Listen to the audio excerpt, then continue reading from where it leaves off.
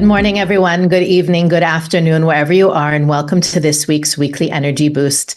My name is Elisheva, and I am here this week with Eitan, and we are thrilled to be able to discuss with you and each other how to see things as they truly are.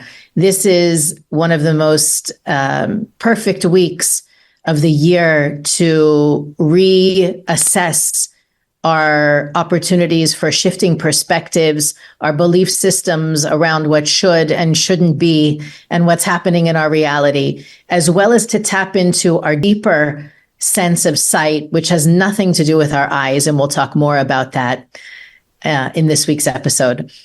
Weekly Energy Boost is a 7-day spiritual weather forecast where we provide our listeners with the most powerful and practical tools to navigate the coming 7 days.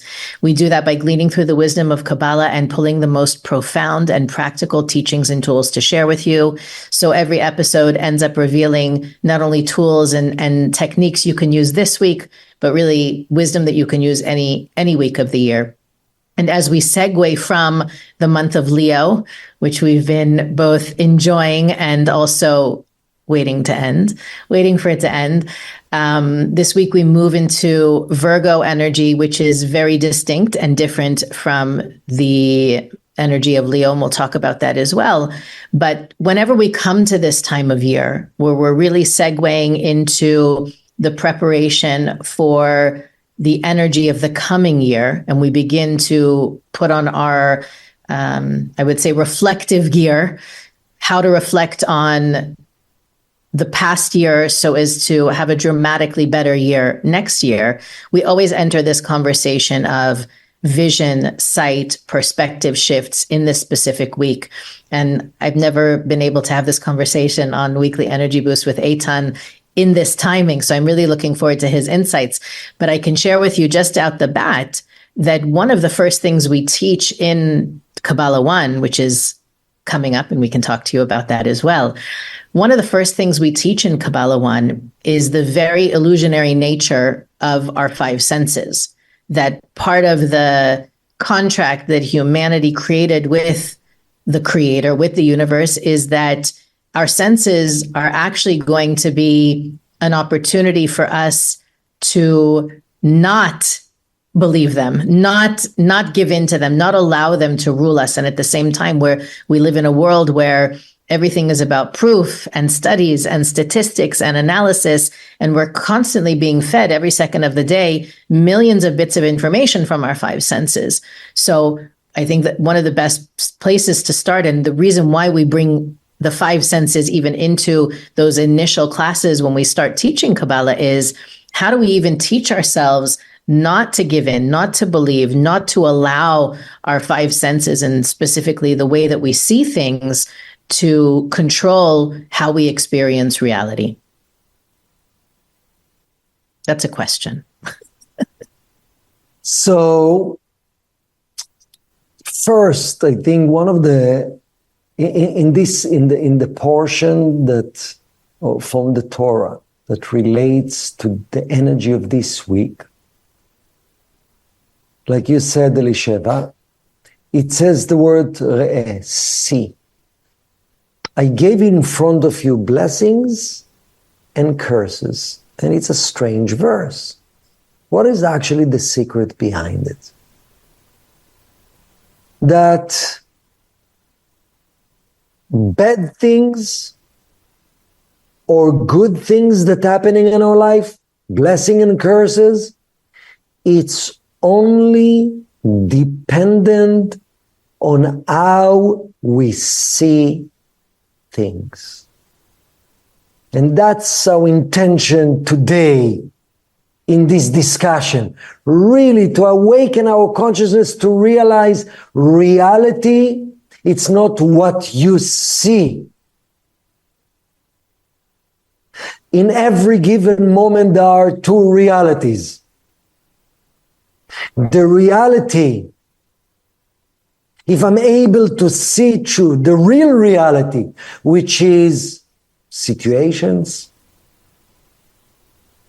relationships, things that are happening in our life, feelings that has only one purpose behind it, to elevate me and everybody around me. There's another reality. The things are bad. Things are bringing me down. But what's the main thing we're going to talk today? It is up to us, and it starts with our eyes.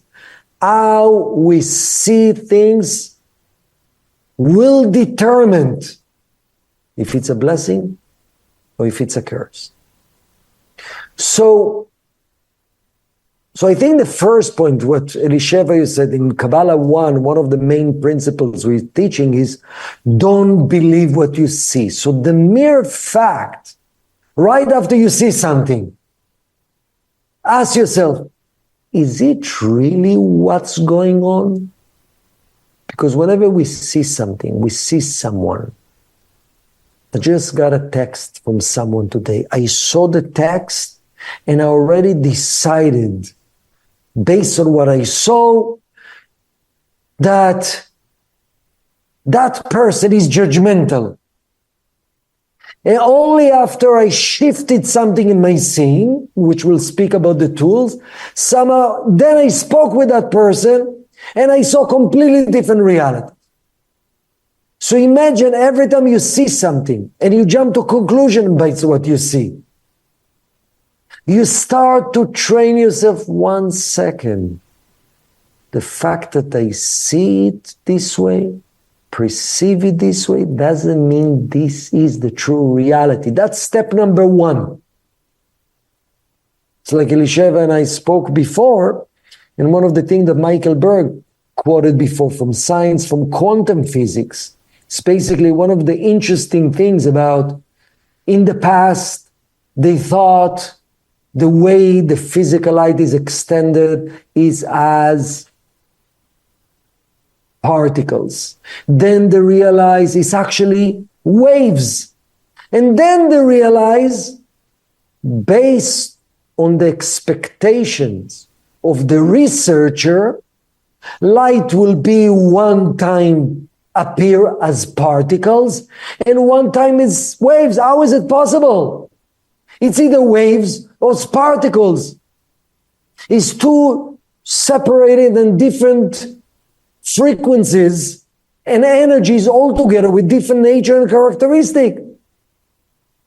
Even science tells us, based on what I want to see, not just seeing, based on what I want to see, it will affect what I see, it will affect what I believe, it will affect the picture that I have, it will affect my consciousness, it will affect my reactions, and so on. But Eitan, 1 second. I'm hearing you, and this is a topic that fascinates me personally by itself. I'm sure we have people that are listening to what you're saying and agreeing with you and with quantum physics in theory. But there's so many things that a human being can go through, even just looking out in the world today, that are intrinsically bad. People murdering, hurting, dying, sickness, loss, famine. How is it possible to look, and not even with our eyes, but how is it possible to perceive things that feel and appear genuinely negative? How can we perceive them as something positive? It's a very good question. If it's personal challenges or things that we see out there in the world, how do you change that? How do you see it as positive? That's what you're asking. Right. There's some objective bad stuff. You go to a doctor and God forbid the doctor has diagnosis that that's what's happening to you. It's a disease and it sounds actually bad. So it's all gone back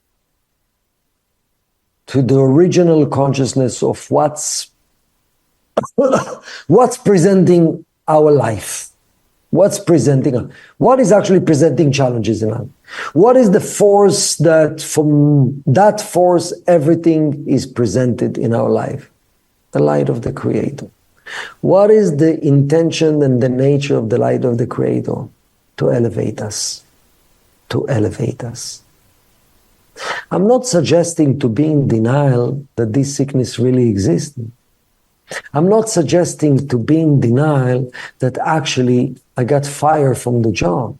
I'm not suggesting to be in denial I just lost money in investment. I'm not suggesting to be in denial that someone just hurt me and they acted inappropriately. Sometimes that's the reality. But am I seeing with the eyes of it's bad? What do you mean bad? Bad means I'm going down. Bad means there's no order in my life. Bad means there's no force of safety in that's trying to elevate me. That's bad.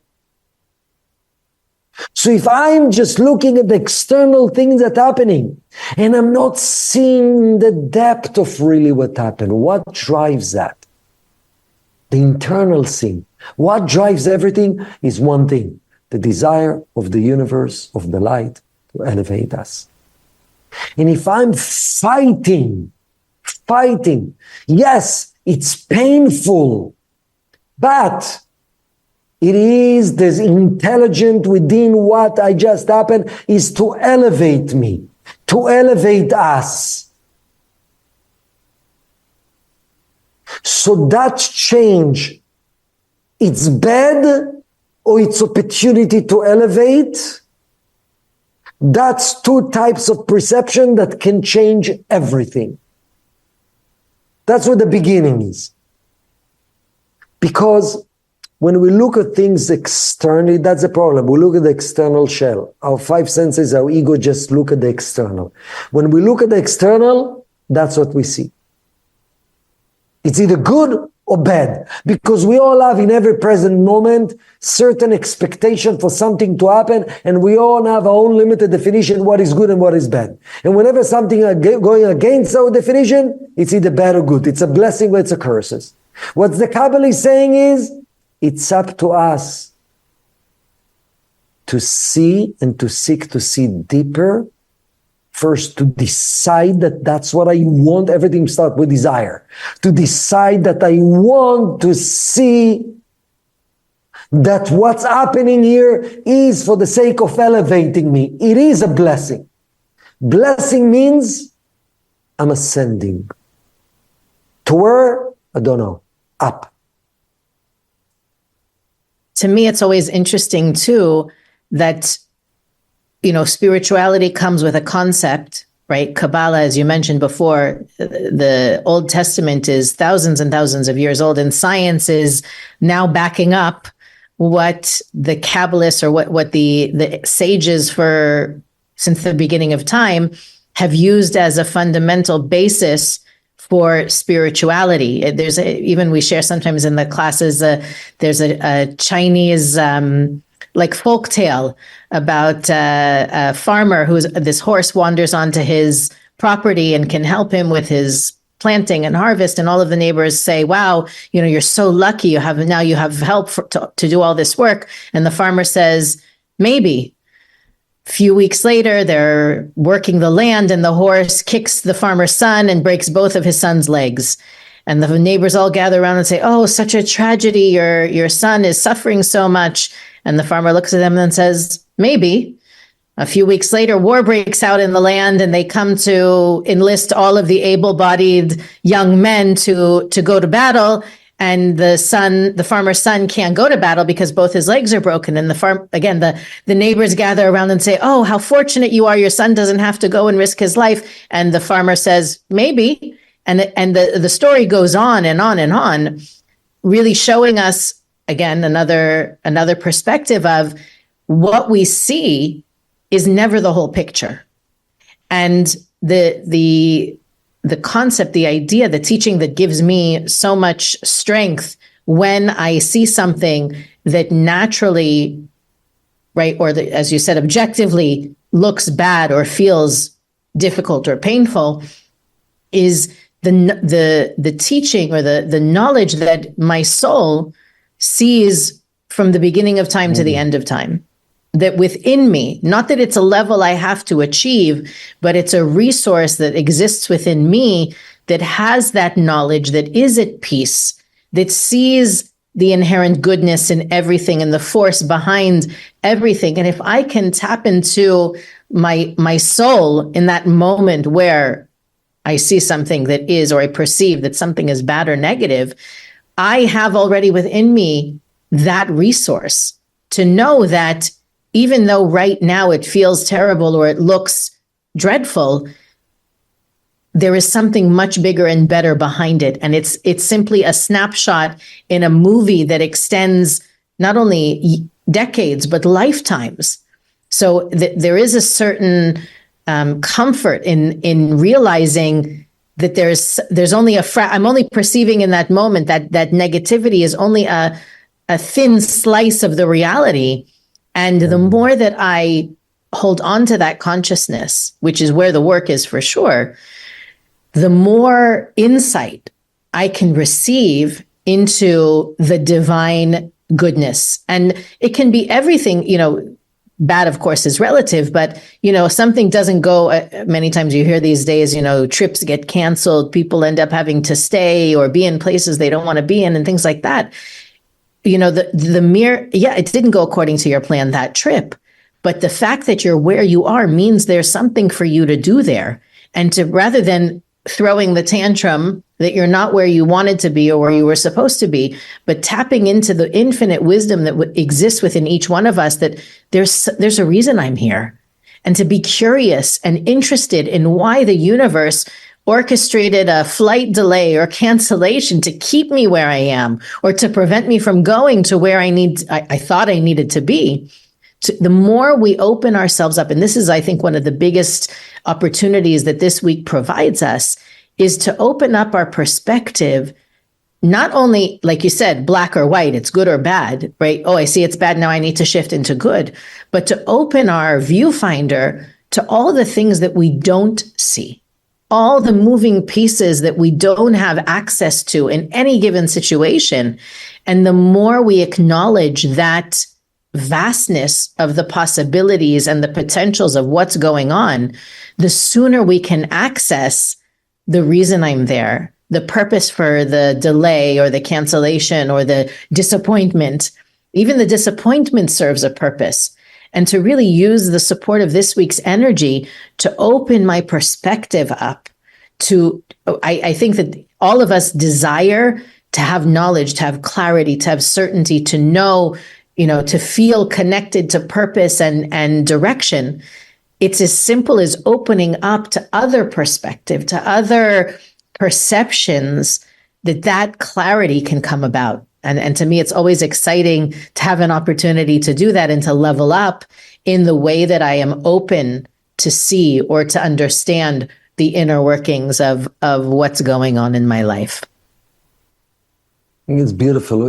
Karen Berg once said that the reason we have two eyes, because one eye is seeing through the soul, and the other eye see things through the limited me.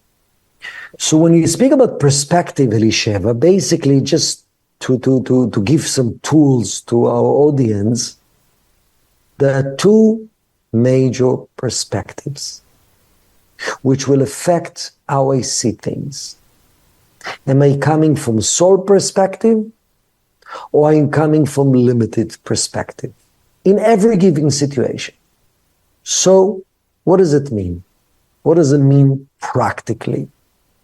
And there's different examples, the way we see ourselves, the way we see others, the way we experience and we see good things that are happening in our life, and the way that we see and dealing with challenges in our life. So basically, in all in the above, how do we actually look at these two perspectives? So basically, first, I think what you said is very important to know, that in every given situation, there's many more, but extreme two perspectives. Limited perspective and internal soulful perspective.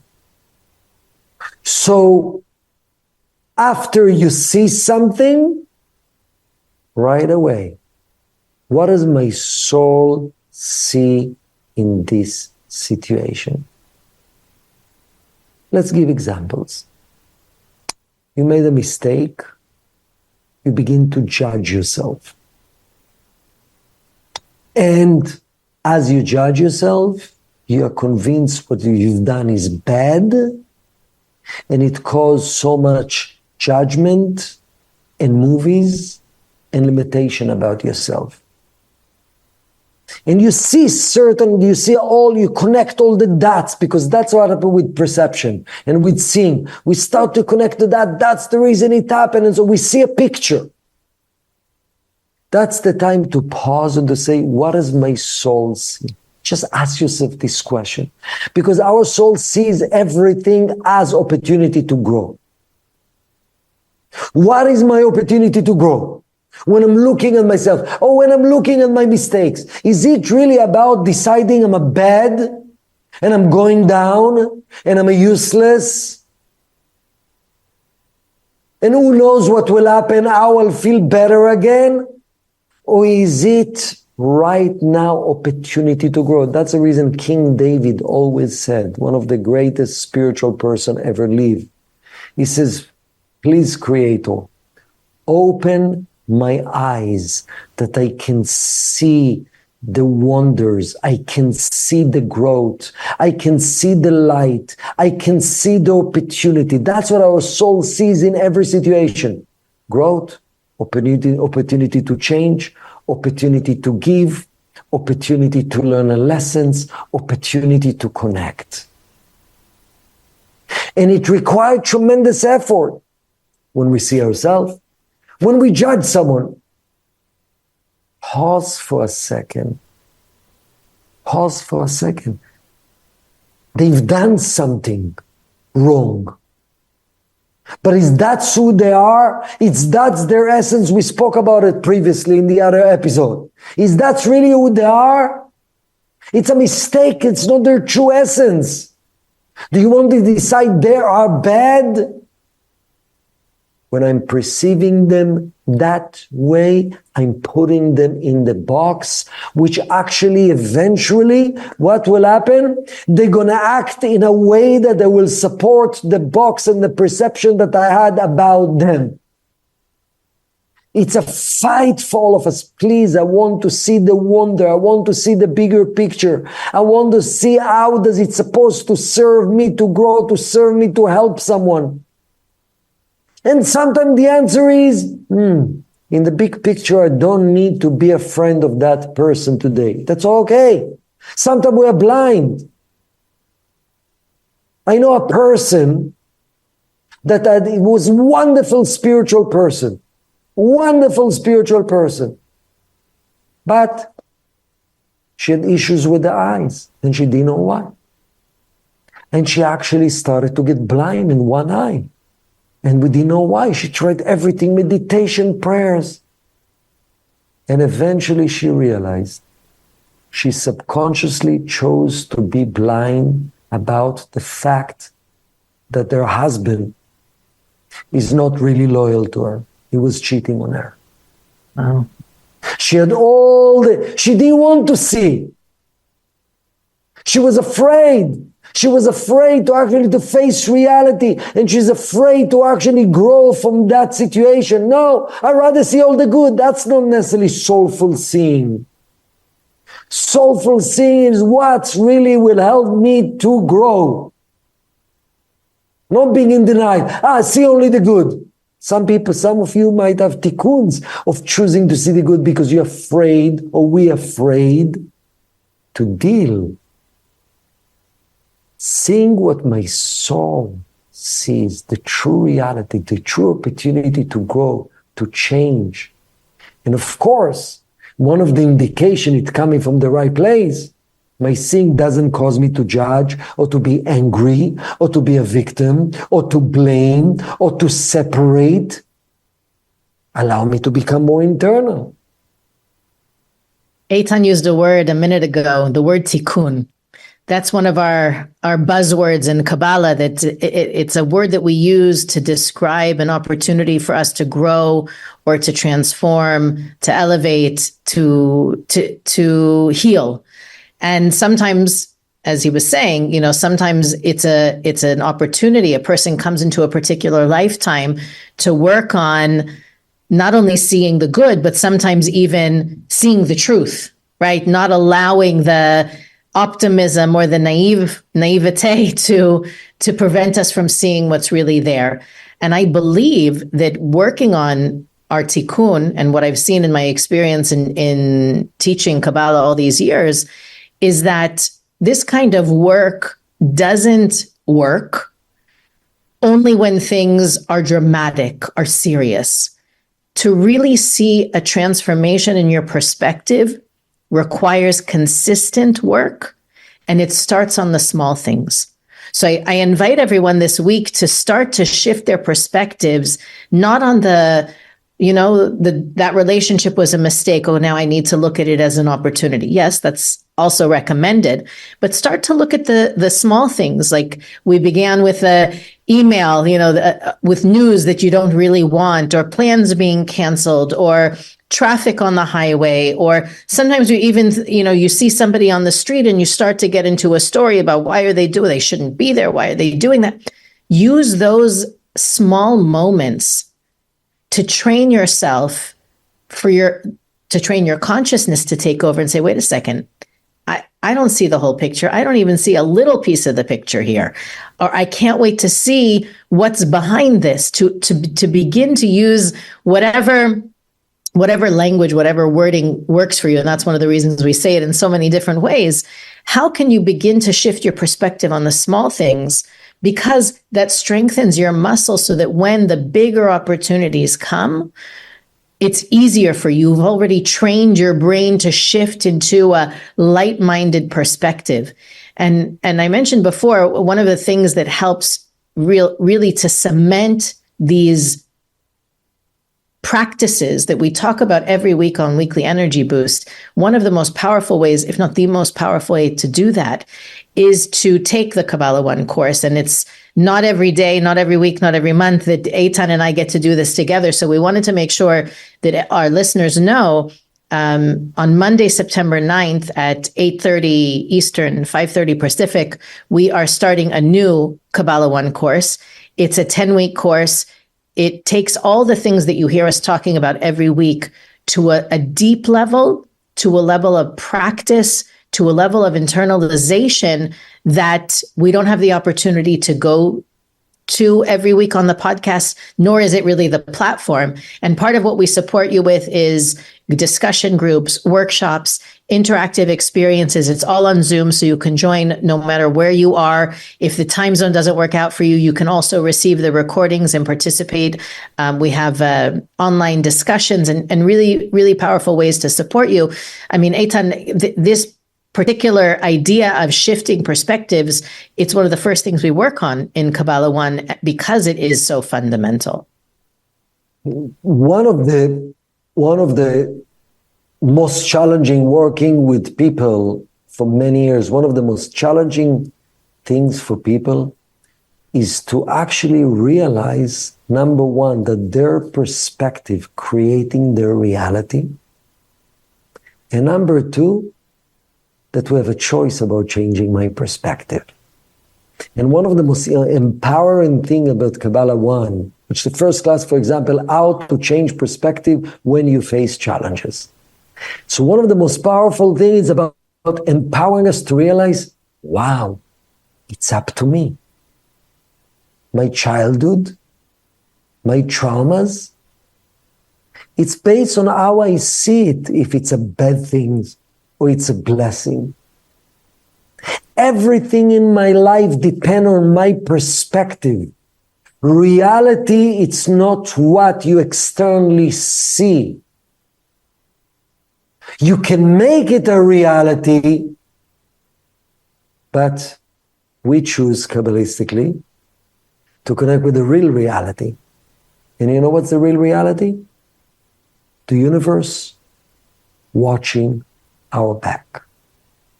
Everything that's happening in our life has intention and desire to give to us, to protect us, to elevate us.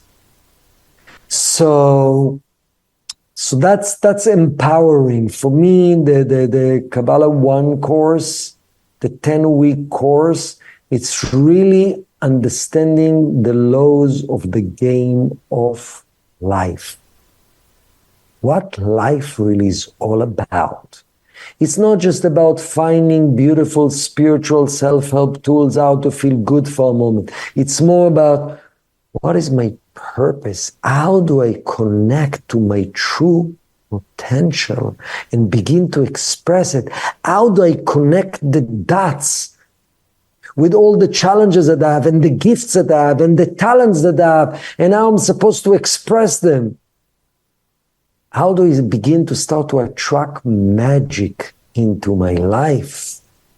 We're supposed to live a magical life. Magic means, like Elisheva said, based on connecting to the concept of seeing, is I don't know, I don't see the whole picture, but I know there's magic available here. And when you're truly open, you'll allow the magic in. It's one of the things I look most forward to in the work that we do in sharing the wisdom of Kabbalah, and I hope that as many of you that can join do. It's all the information is available in the show notes on weeklyenergyboost.com.